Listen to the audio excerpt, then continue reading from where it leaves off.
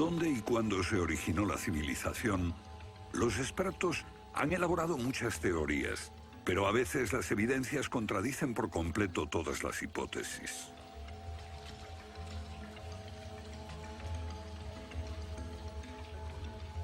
Bajo el suelo congelado de Siberia se han encontrado especies animales extinguidas por un repentino cataclismo global, como el mamut gigante.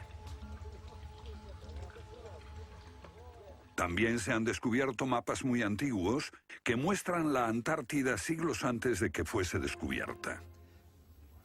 Este mapa tiene centenares de años y describe la auténtica configuración de la Tierra de la reina Maud, que está oculta bajo 1 kilómetro de hielos, y su configuración real no se conoció hasta 1949.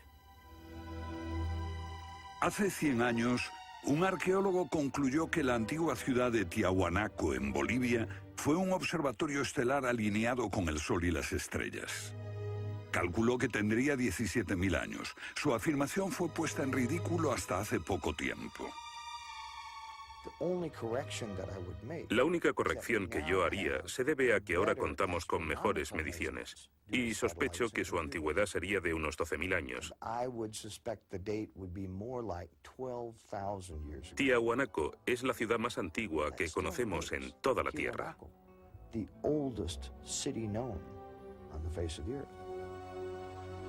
Los geólogos han descubierto que la gran esfinge de Gizeh en Egipto ha resistido siglos de lluvias incesantes, pero estas lluvias solo pueden haber tenido lugar miles de años antes de los faraones. ¿Fue construida la esfinge antes de los comienzos de la civilización? Lo que se pone en cuestión es la historia completa de la civilización. Puede que no haya ido en línea recta desde los estúpidos cavernícolas hasta los hombres tan listos de hoy con sus bombas atómicas. A veces, las pruebas que se hallan rompen todas las reglas.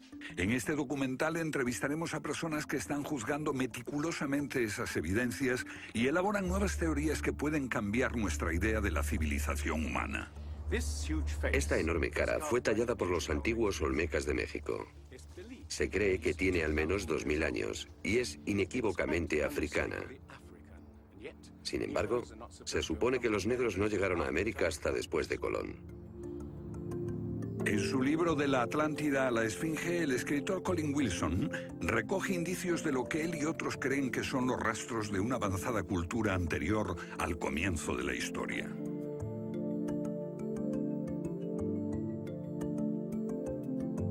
El filósofo griego Platón describió de manera precisa dicha civilización que, según le dijeron los sacerdotes egipcios, surcaban los mares miles de años antes, hasta que fue destruida por un terrible cataclismo.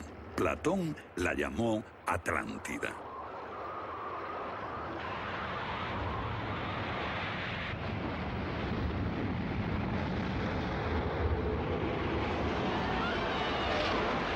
La Atlántida. Un terrible cataclismo. Sabemos de una catástrofe así por otro mito, el diluvio bíblico, Noé y su arca, un mito igualmente despreciado por los científicos.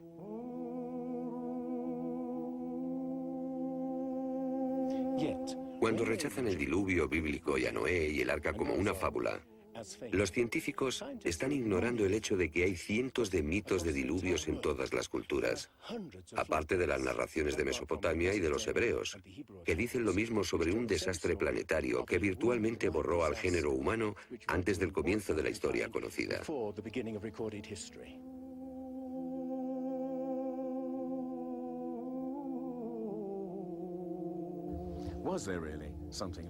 ¿Hubo realmente algo parecido a un diluvio? Y si así fue, ¿existió una civilización anterior a todas las otras? Digo una civilización, y no la Atlántida. Porque en cuanto se menciona la Atlántida, el científico exclama, «Oh, no», y deja de escucharnos. ¿Pero es neutral la ciencia? ¿Lo es realmente cuando afirma, limítese a los hechos como punto de partida? La ciencia ha tendido a centrarse más en teorías que en hechos. Una teoría surge para explicar unos hechos, pero otros se dejan de lado. Nuevas evidencias pueden cuestionar la teoría, pero con frecuencia también son ignoradas. Llamamos a estos hechos anomalías. Son evidencias que no encajan en la teoría. En su polémico libro Arqueología Prohibida, los científicos Thompson y Cremo muestran lo que ocurre cuando una evidencia contradice las teorías científicas.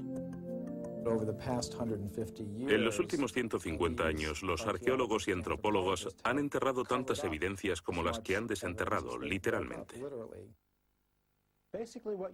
Básicamente estamos ante lo que llamamos un filtro del conocimiento.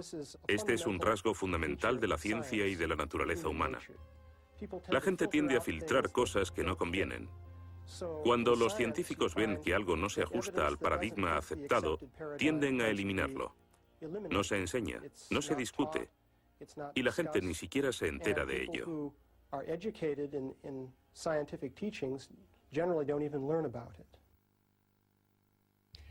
Lo que estamos diciendo, por ejemplo, sucedió en Iaticlo, México, en 1996.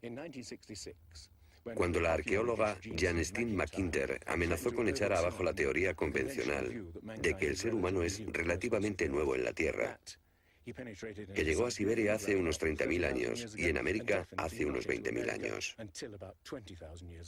En México, la arqueóloga Stine McIntyre descubrió herramientas de piedra y huesos humanos y los sometió a una batería de pruebas científicas. En 1966 pensamos que era un yacimiento antiguo y creímos que tendría unos 20.000 años. En aquella época se pensó que era demasiado tiempo. Cuando lo datamos mediante una batería de métodos supimos que tenía 250.000 años. Sinceramente yo me hubiera sentido feliz con los 250.000 años. Fui ingenuo y pensé, bien, voy a dejar de pensar en las fechas. Tenemos la información. Hemos conseguido los hechos. Tomemos estos hechos y partamos de ahí. No me di cuenta de que arruinaría mi carrera por completo. Todas sus oportunidades profesionales se frustraron. El yacimiento fue cerrado. Los permisos para investigar denegados sistemáticamente. No obstante, más de 30 años después, unos arqueólogos descubrieron en Siberia vestigios de seres humanos de 300.000 años de antigüedad. Una fecha que de repente hizo que la datación de Jan McIntyre no pareciese tan improbable después de todo. No es necesariamente una conspiración deliberada. No decimos que se trate de personas reunidas en una habitación y diciendo, vamos a engañar a la gente. Es algo que ocurre automáticamente en la comunidad científica. Cuando una evidencia difiere de la teoría predominante, no se habla de ella, no se da información. Y eso significa que la ciencia deja de progresar de la forma en que uno desearía.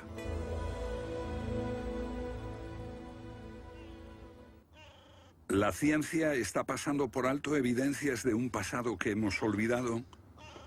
¿Pueden ser ciertos los mitos que nos hablan de la existencia en este planeta de civilizaciones que desaparecieron miles de años antes de que comenzase la historia registrada? Una nueva clase de investigadores está estudiando las anomalías que la ciencia tiende a descartar. Se plantean preguntas que pueden cambiar nuestro concepto sobre la historia humana. La fortaleza inca de Sacsayhuamán, de edad indeterminable y construida por gente que carecía de metales duros o de cemento, que no conocían la polea, ni la rueda, ni la grúa. Solo miren esta piedra. He contado 11 ángulos.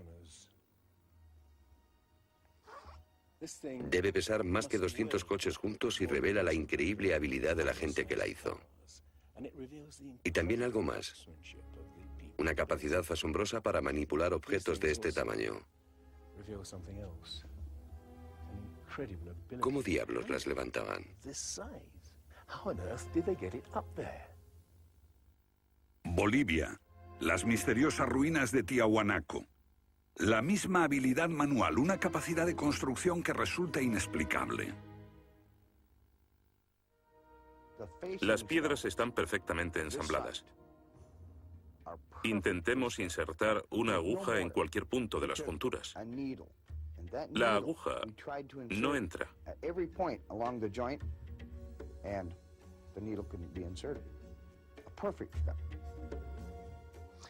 Cuando los conquistadores españoles le preguntaron a los incas si ellos habían construido Tiahuanaco, respondieron, no, no la construimos. Se hizo miles de años antes de que viviéramos nosotros. La evidencia muestra que fue erigida por una civilización avanzada. Un descubrimiento casual nos lo revela. Los bloques de construcción de Tiahuanaco no están pegados con cemento. El que separa estas piedras descubre el inesperado brillo metálico que las mantiene unidas.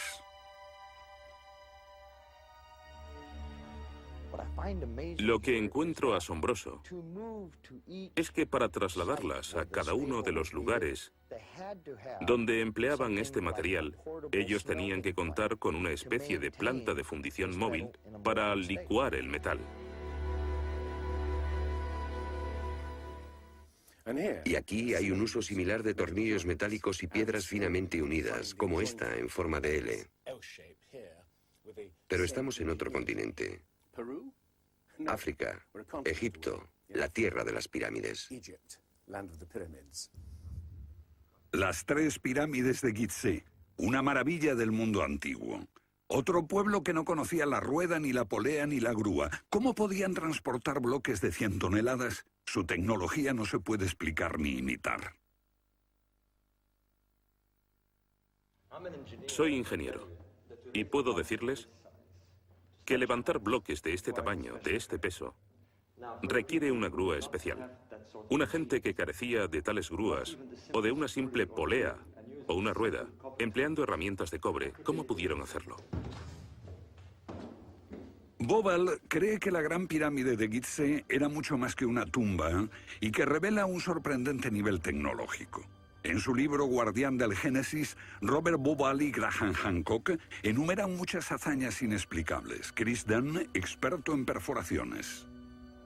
Bueno, permítanme una pregunta. ¿Cómo cree que lo hicieron? El sarcófago de la Cámara del Rey. ¿Cómo lograron unos constructores primitivos que la superficie interior encajase con la superficie de la piedra del sarcófago al milímetro? Esta habilidad requiere profundos conocimientos de física. Es un misterio como la perforación misma. Primitivamente, la típica manera de hacerlo sería con una sierra de arco, un berbiquí.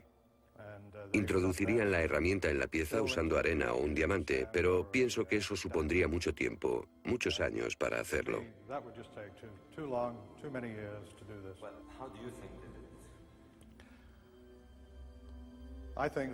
Creo que debieron haber usado herramientas más potentes. Hoy, para perforar esto, tendríamos que hacerlo a una velocidad de 6-10 milímetros por revolución de taladro en el granito. Ellos lo hicieron más rápido de lo que lo haríamos nosotros.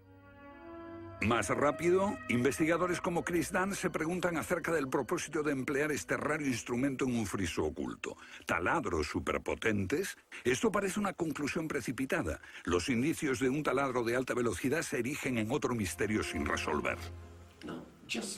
Ahora miren esto. La increíble precisión de la mano de obra. La total suavidad de las paredes en esta supuesta tumba para bueyes sagrados. Y que implica un alto nivel de destreza. Por supuesto, eso podría explicarse en términos de cientos de obreros puliéndolas durante 10 años seguidos. Pero, si hablamos del misterio de los vasos egipcios, no como este vaso de arcilla que acabo de comprar, sino vasos hechos de alabastro, basalto e incluso diorita, que es la piedra más dura de todas.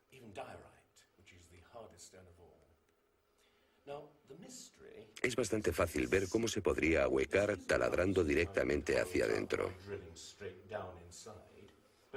Pero, ¿qué pasa con los ángulos? La tecnología moderna es incapaz de hacerlo. Sin embargo, los antiguos egipcios moldeaban miles de piezas. Algunas de ellas 2000 años antes de la civilización que se supone surgió aquí. ¿Cómo? Otro misterio sin explicar. Inexplicable. ¿Cómo pudieron los constructores alinear sus gigantescas pirámides con los puntos cardinales tan impecablemente? En perfecta dirección este-oeste y norte-sur, con una exactitud no igualada por los modernos constructores. La Gran Pirámide parece ser un modelo matemático del hemisferio norte e incorpora el trascendental valor de pi, las veces que cabe el diámetro de un círculo en su circunferencia.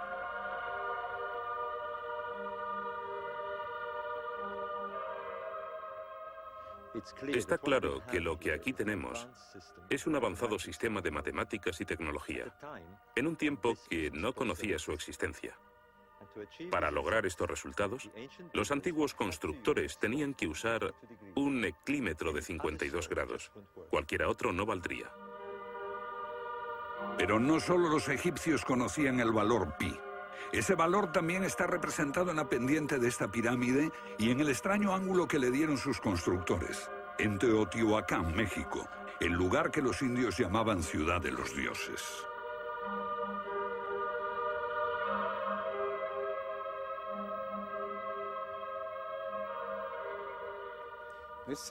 En su época, esta ciudad fue más grande que la Roma imperial. Lo que pueden ver es una serie de estanques que llenaban de agua, cuya superficie lisa reflejaba los cielos y cuyas ondas podrían servir como anuncio de terremotos. Estos templos, en el lado opuesto, se cree que representan cuerpos celestiales. Una cosa está clara: todo el lugar parece tener una especie de obsesión con la astronomía y la eternidad.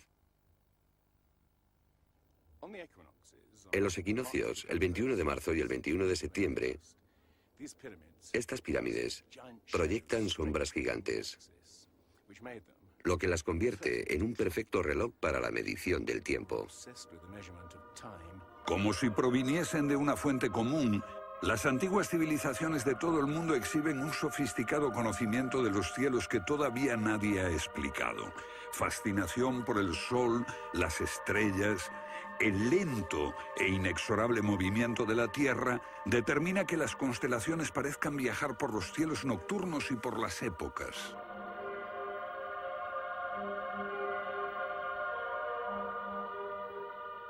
Según los estudiosos, los antiguos egipcios no tenían un gran conocimiento de la astronomía. Pero en el templo de Dendera hay muestras de su sofisticado conocimiento del cielo. Miren las constelaciones del zodíaco: Leo, Tauro, Piscis. Y aquí, la constelación de Orión. Bauval cree que la astronomía es la llave de muchos misterios de las pirámides. Los antiguos egipcios veían en la constelación de Orión a su dios Osiris, señor de los muertos y la vida ultraterrena. Bauval halló el reflejo de ese dios en las pirámides de Gizeh.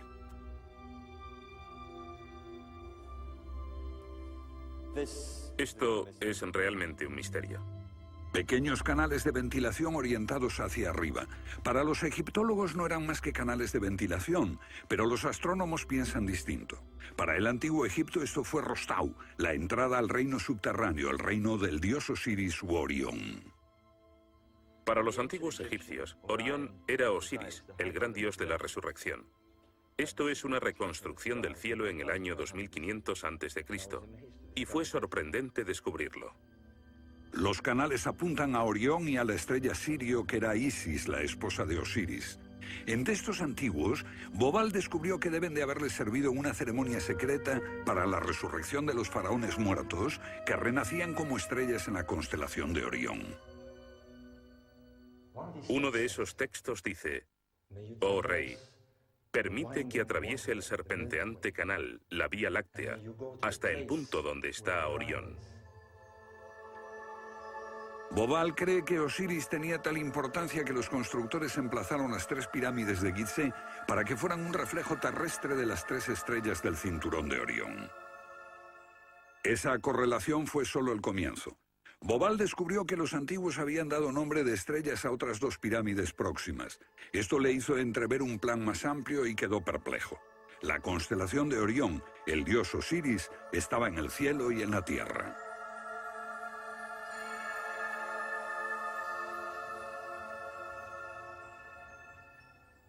México, donde Teotihuacán presenta otro paralelo. Una leyenda la llama la ciudad de los dioses y sugiere que su propósito era convertir a los hombres en seres celestiales. Como ocurre en Egipto con las pirámides de Giza, los mitos hablan de la reencarnación en las estrellas. Ese es el secreto de Teotihuacán.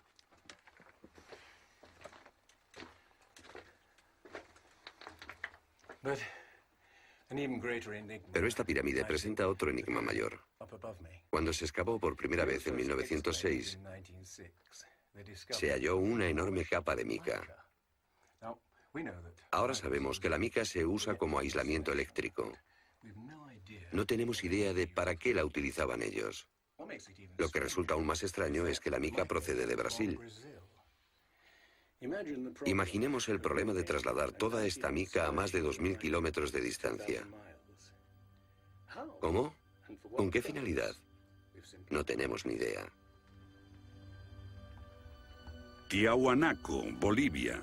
Otra cultura perdida revela la misma fascinación por el sol y las estrellas. Hace 100 años, el arqueólogo boliviano Poznański observó que en el primer día de primavera el sol salía exactamente por el centro del templo. Fue el inicio de un gran descubrimiento.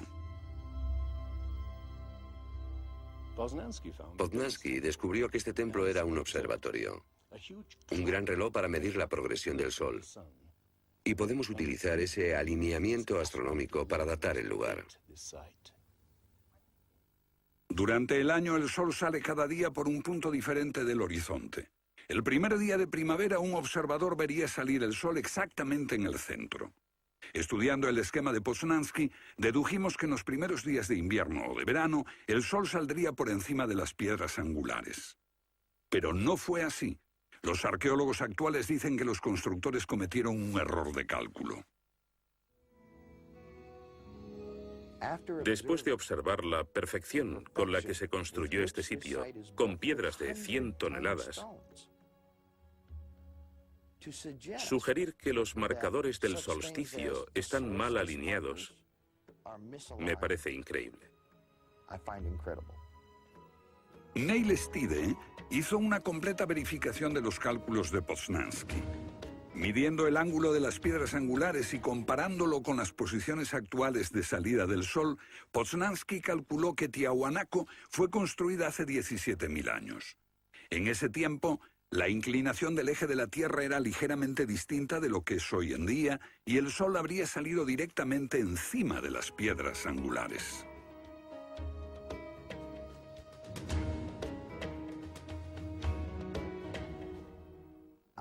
Yo sospecho que la fecha sería más bien de 12.000 años. Pero eso haría que todos nos cuestionásemos completamente los orígenes de la civilización. Una civilización perdida en el tiempo dejó sus huellas en varios lugares del mundo. Los sacerdotes egipcios dijeron al filósofo griego Platón que una civilización así habría existido hace 12.000 años. Pero según la ciencia, el ser humano abandonó la prehistoria hace solo 5.000 años. En Egipto, el investigador John West descubrió que la esfinge de Gizeh no resultó alterada por el clima de la misma forma que las construcciones del entorno, erosionadas por la arena y los vientos del desierto. En vez de un desgaste horizontal, la esfinge tiene marcas de erosión redondeadas y onduladas. No se necesita ser geólogo para mirar y ver lo que se debe al tipo de clima. Solo el agua cayendo copiosamente sobre las paredes del recinto pudo producir esos contornos redondeados.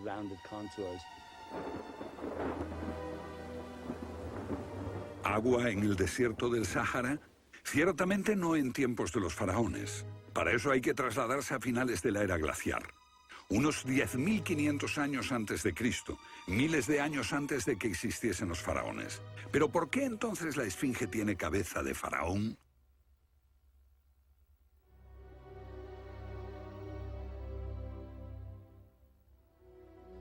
La cabeza es desproporcionadamente pequeña.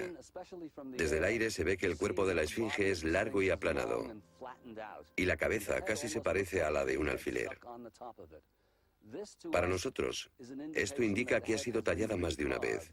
En otras palabras, la cabeza se rehizo en algún momento de su larga historia. John West cree que la esfinge era originalmente un enorme león que un desconocido grupo de escultores modeló en la roca antes del 10.500 a.C. Se comenzó a erosionar cuando el final de la era glaciar alteró el clima y causó lluvias que cayeron durante siglos. Solo miles de años después, un faraón habría tallado la cabeza con su propia imagen. ¿Tiene la esfinge más del doble de la antigüedad que creíamos? La teoría fue ridiculizada por los egiptólogos, pero los geólogos les respondieron que los hechos estaban allí. Más extraño aún, según Robert Bauval, la evidencia astronómica sugiere que las pirámides de Gizeh parecen revelar esa increíble antigüedad. La disposición de Gizeh coincidía misteriosamente con la posición de Orión en el año 10.500 a.C., cuando la esfinge miraba hacia Leo, su propia imagen en los cielos. La puesta de Orión en esa fecha distante se correspondía exactamente con las tres pequeñas pirámides, y existen muchos otros hechos difíciles de entender.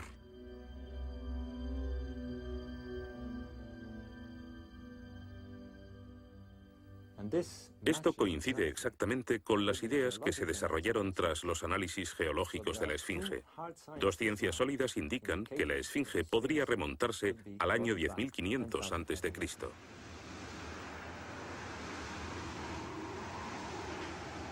Egipto sufrió unos cambios muy dramáticos a finales del período glaciar, especialmente en torno al 10.500 a.C., cuando unas impresionantes inundaciones cubrieron el terreno de aluvión y acabaron con el valle del Nilo y con el delta en general.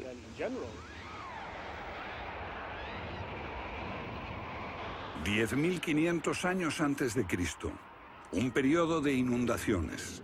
¿Pudieron los diseñadores de Gizeh remontarse a un tiempo tan distante? El tiempo de sus mitos dice que el dios Osiris y sus asistentes ascendieron del caos para traer los primeros frutos de la civilización. ¿De dónde vinieron?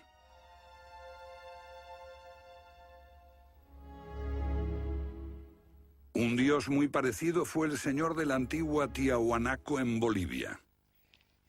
Aquí, en esta misteriosa ciudad de Tiahuanaco, era el dios que ellos adoraban.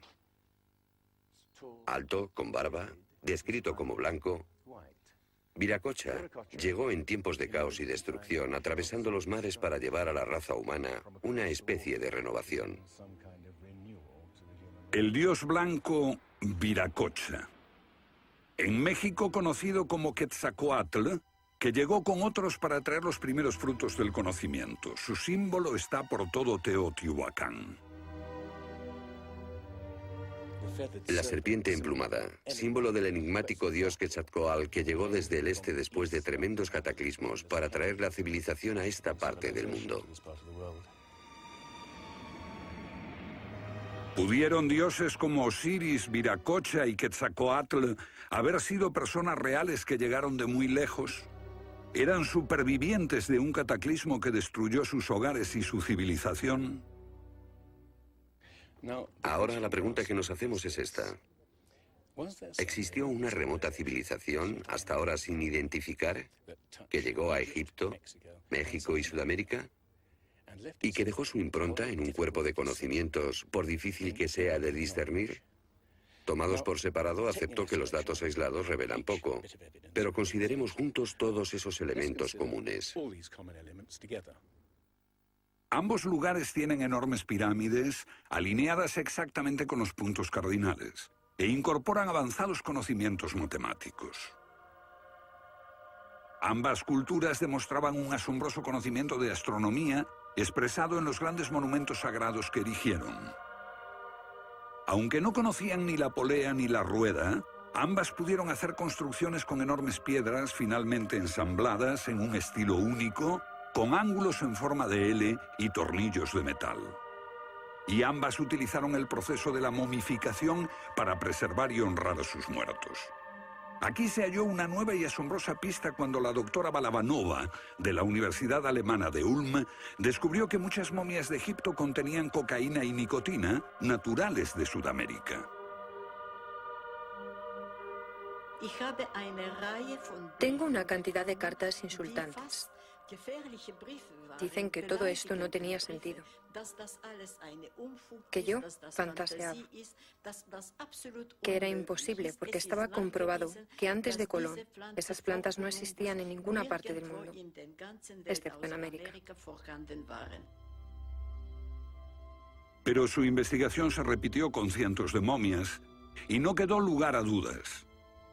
En un pasado remoto, unos navegantes atravesaron el mar e influyeron en las culturas a ambos lados del Atlántico. La idea está sugerida incluso por lo que no está allí. México, la antigua cultura de los mayas.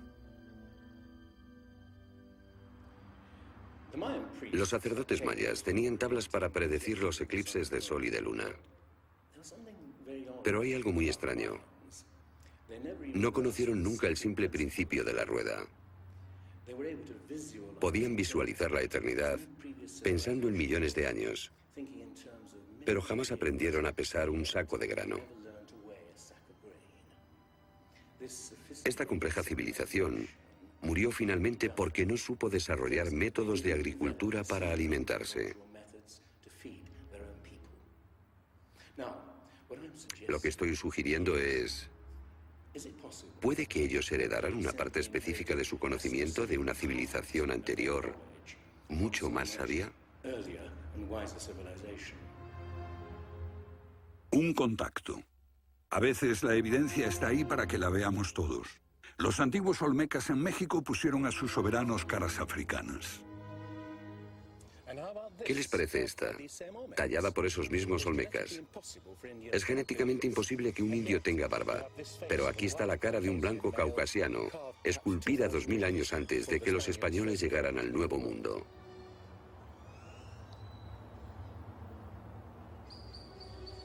Caras de africanos y de caucasianos esculpidas muchos siglos antes de Colón. ¿De dónde vinieron? ¿Cómo llegaron aquí? ¿Cómo influyeron en la más antigua cultura de América Central, en la cultura madre de México? Lo que todos los arqueólogos saben es que de pronto se materializaron alrededor del 1500 a.C. Esta gente, cuya expresión característica era la de esculpir enormes caras de piedra, cabezas de caucasianos y africanos que parecen haber salido, no se sabe de dónde.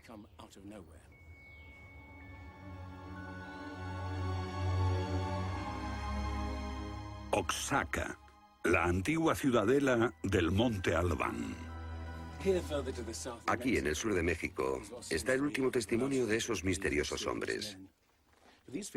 Porque estas figuras esculpidas en piedra parecen corresponder a muertos en combate, desnudas, desamparadas, la mayoría castradas. Este puede reflejar el momento en que estos hombres desaparecieron de la historia.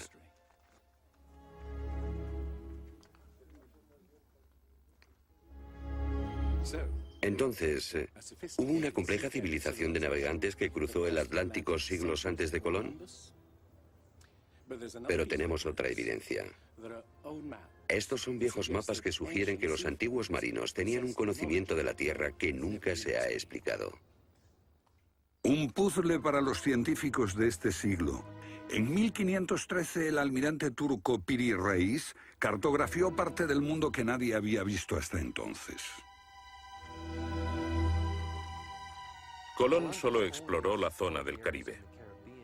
No bajó a esta zona de Sudamérica, hasta la Antártida. No estuvo nunca por esa zona. Pero estos mapas muestran todos estos detalles con gran precisión, antes de que cualquier explorador europeo llegase a esas regiones. Este mapa, de muchos siglos, describe la configuración real de la tierra de la reina Maud, que ahora está sepultada bajo 1 kilómetro de hielo. Y su forma precisa no se determinó hasta 1949. Inexplicable. Los cartógrafos han meditado mucho sobre la extraña proyección cartográfica utilizada en el mapa. Hallaron un parecido con el que utiliza un moderno submarino nuclear que hace mediciones del mundo mientras se aleja de un punto de referencia. En este caso, el centro está en Egipto. ¿Es ese el hogar de los antiguos cartógrafos? El mapa muestra exactamente esta parte del mundo, pero hay más. Para mí, el aspecto más significativo del mapa de Piri Reis es que describe exactamente la longitud. Algo que los europeos no fueron capaces de hacer hasta el siglo XVIII. La longitud. Esa historia comenzó en estas playas en 1707, cuando la flota inglesa navegaba por el Mediterráneo hacia Inglaterra. En aquellos días era bastante fácil determinar a qué distancia estaba el norte o el sur, midiendo el ángulo que el Sol y las estrellas formaban con la superficie de la Tierra. Pero no había técnicas para determinar lo lejos que estaba el este o el oeste. ¿Longitud? El almirante Sir Clutley Saffold se enfureció cuando un marinero del oeste del país le dijo que estaba alejándose unas 20 millas del este y era probable que la flota naufragase en la costa. Cuando sus oficiales le dijeron que el rumbo era correcto, mandó ahorcar al marinero por insubordinación. En sus últimos momentos debió haber deseado no haberlo hecho. Los barcos se habían hundido antes por millares. Pero entonces la pérdida de una flota entera promovió la búsqueda de un reloj preciso para calcular la longitud. Tuvieron que pasar 2 generaciones antes de que finalmente se consiguiese. No obstante, el mapa de Piri Reis ya mostraba un conocimiento de la longitud al menos 250 años antes. En el mapa de Piri Reis se menciona el hecho de que se trate de una recopilación de muchas otras cartografías. Son copias de copias de copias. La mayoría de quienes los han estudiado creen que esos mapas proceden de los tiempos de Alejandro Magno, pero son incluso mucho más antiguos. Mapas del mundo confeccionados antes de que supiésemos navegar por los océanos. Técnicas de construcción inexplicables, un complejo conocimiento de las matemáticas y la astronomía. Si existió una tecnología tan avanzada capaz de dar sus conocimientos a los constructores de la Esfinge y a los pueblos de los Andes y México, ¿qué pasó con ella?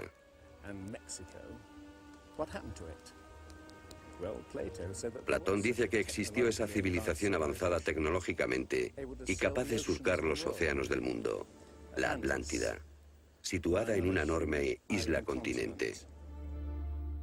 Rechazando una civilización perdida, la ciencia niega también la idea de una catástrofe global que la destruyó. Pero Platón y la Biblia no son las únicas evidencias. El Popol Vuh, libro sagrado de los mayas, habla de enormes marejadas e inundaciones que azotaron el mundo durante meses. Una lluvia fría y negra indescriptible y granizo. Los antiguos hablaban de tiempos de caos, de inundaciones y oscuridad de los cuales emergieron los dioses para dar forma a la tierra de Egipto.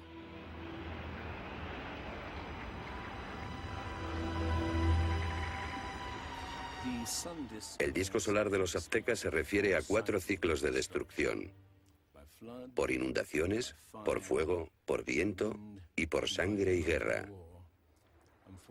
Y prevé el fin del mundo por un enorme cataclismo surgido de las entrañas de la tierra.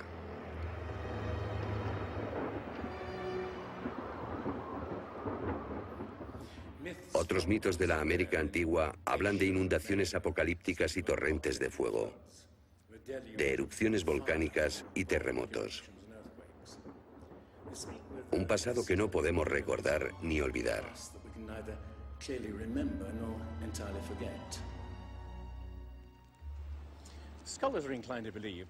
Los especialistas tienden a creer que el diluvio es una fantasía de los viejos poetas. Pero supongamos que los expertos se equivocan. Supongamos que una serie de terribles catástrofes naturales redujeron a nuestros ancestros a pequeños grupos que vivieron apartados y se esparcieron por todo el mundo. Lo que buscamos es una época que coincida perfectamente con los mitos, igual que el zapato encaja en el pie de Cenicienta. Una pista. La fosa de Alquitrán en La Brea, California. Una inmensa sepultura de millones de animales que hoy se ha convertido en atracción turística. Bajo la superficie está el campo de petróleo del lago Salado. El asfalto brota por las grietas y fisuras como un papel cazamoscas y atrapa a los animales.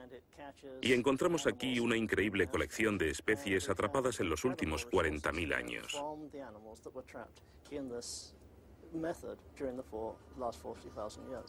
Esta fosa de Alquitrán puede leerse como un libro de tiempos remotos, cuando abundaban los animales y nosotros no los considerábamos como originarios de América. Mamuts, elefantes, rinocerontes, perezosos gigantes, tigres sable, incluso caballos y camellos. Después, una tremenda catástrofe los barrió, al parecer en unas pocas décadas, en torno al 10.500 a.C., hace más de 12.000 años. Todos los grandes animales, cualquier animal más grande que un coyote, se extinguieron en pocas décadas. Sí, fue sin duda una gran catástrofe.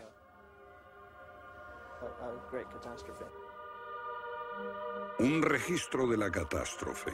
El fin de la era glaciar. En el 10.500 a.C., hace más de 12.000 años. Temperaturas que habían permanecido relativamente estables durante miles de años de pronto se elevaron. Un aumento de temperatura de más de 5 grados en un abrir y cerrar de ojos. Solo entre 3 a 10 años. Se trata del asombroso descubrimiento de unos científicos que perforaron la capa de hielo en Groenlandia para investigar los cambios en la atmósfera. El hielo de Groenlandia ha sido llamado por algunas personas la piedra roseta del clima, porque ver que el clima puede cambiar tan rápidamente es un enorme descubrimiento. Y este cambio ocurrió en un periodo de entre 3 años y una década. Hemos observado cambios espectaculares en la química de la Tierra. Y descubrimos que en un periodo en el que las placas de hielo estaban empezando a derretirse, es cuando tenemos más señales de sedimentos volcánicos y de mayor magnitud, mayores concentraciones que en cualquier otro periodo en los últimos 110.000 años.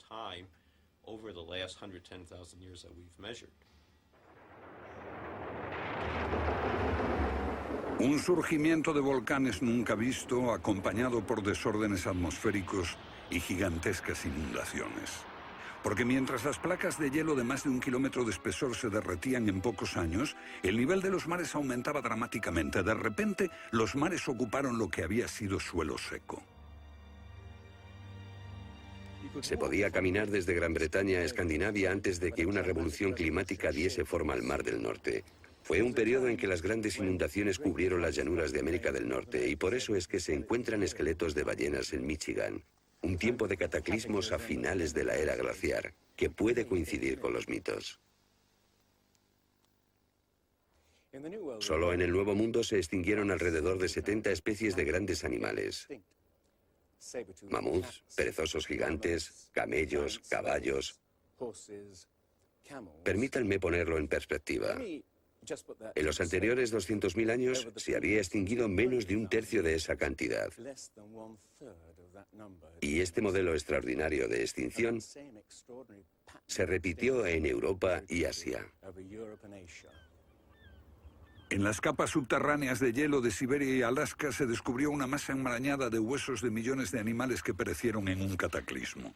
El mamut gigante no murió a manos de los cazadores. Desapareció por una catástrofe natural. A finales del siglo XIX, unos cazadores encontraron por casualidad el cuerpo de un enorme animal congelado.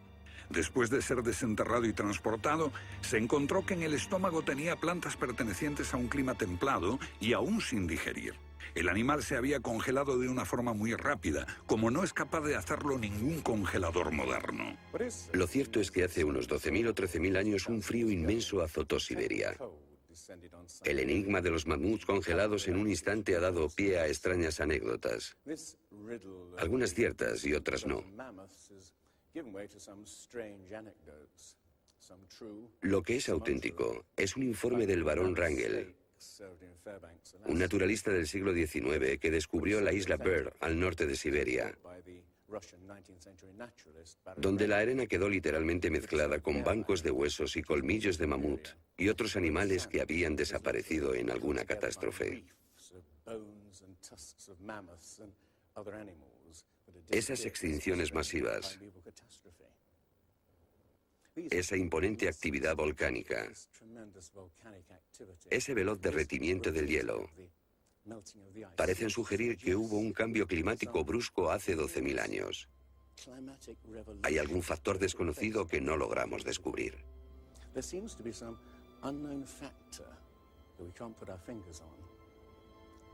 El fin de la era glaciar.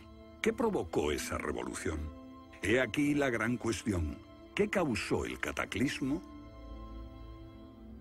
Una de las mejores ideas la ha planteado Charles Hapgood.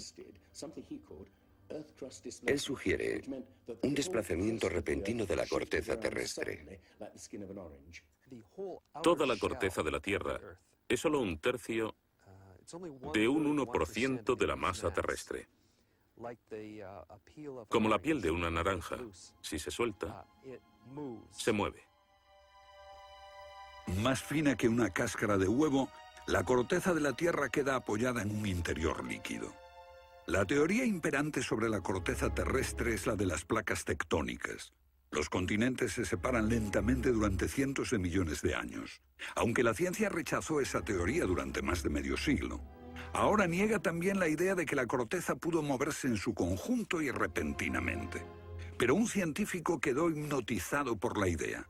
Se llamaba Albert Einstein.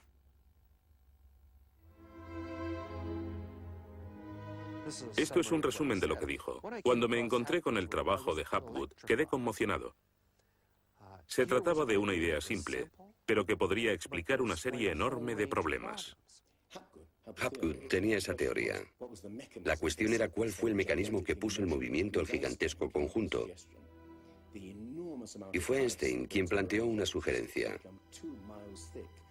La enorme cantidad de hielo que rodea a los polos puede tener 3 kilómetros de espesor.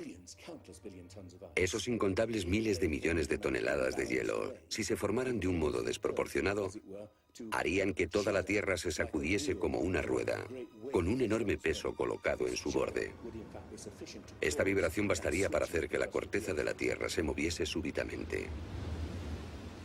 Hace 55.000 años el Polo Norte estaba cerca de Europa, pero de pronto se desplazó hacia la bahía de Hudson, en Canadá. Y en torno al año 12.500 a.C. se volvió a mover casi 2.000 millas hasta donde está actualmente. ¿O es mejor decir que las tierras y los mares atravesaron el polo, impulsados por un repentino desplazamiento de la corteza terrestre? De ser así, esta es una de las cosas que habrían ocurrido al final de la era glaciar.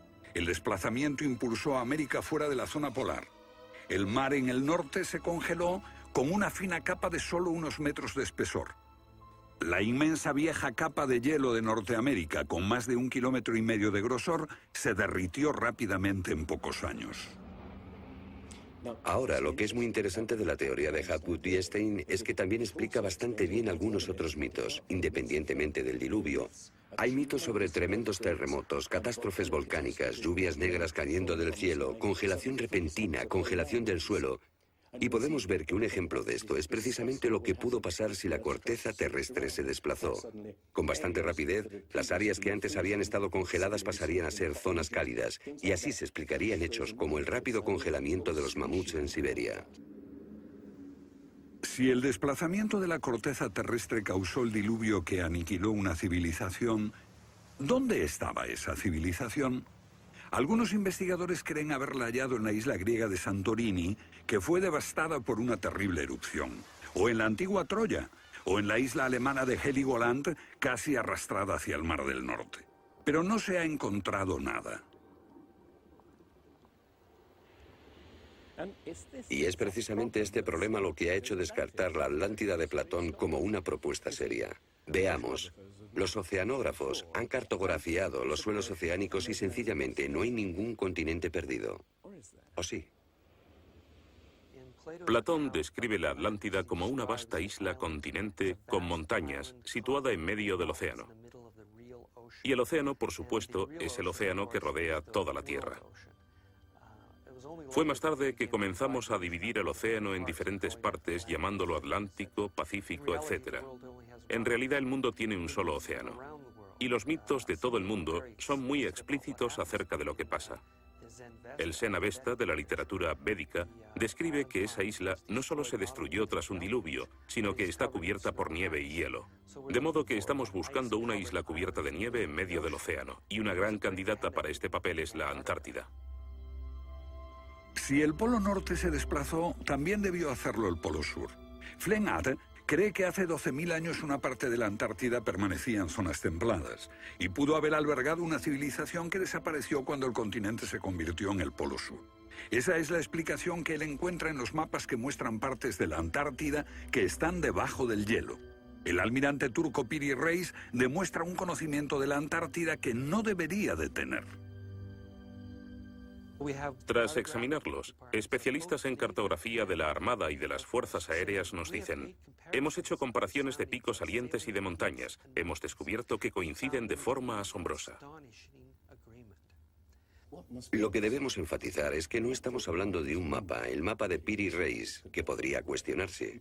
Estamos hablando literalmente de docenas de mapas. Por ejemplo, el mapa Phineus de la Antártida es sumamente preciso en cuanto a la configuración, mostrando sistemas fluviales que existieron allí, pero que no se conocían en el siglo XVI. La Antártida no fue descubierta hasta cerca del año 1800. Entonces, ¿cómo pudieron los cartógrafos europeos representarla? Solo, cree Flenave, si ellos la copiaron de copias de otras copias de mapas que se remontan milenios atrás.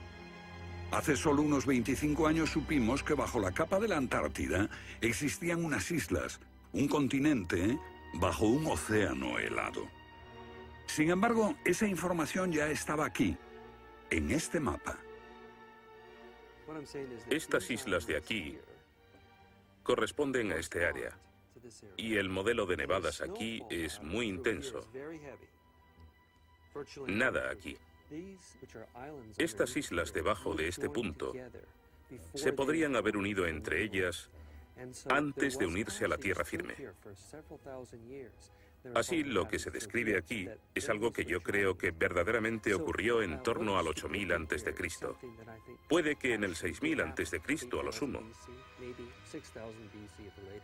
No hay forma de saber cómo lo consiguieron, a menos que postulemos la existencia de una civilización con habilidades para la navegación y la confección de mapas que solo se reinventaron en nuestro tiempo.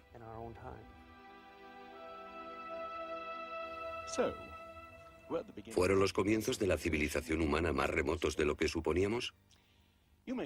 Puede que uno sienta que muchos elementos de esta hipótesis suponen conjeturas extravagantes que, vistas por separado, pueden ser todas discutibles.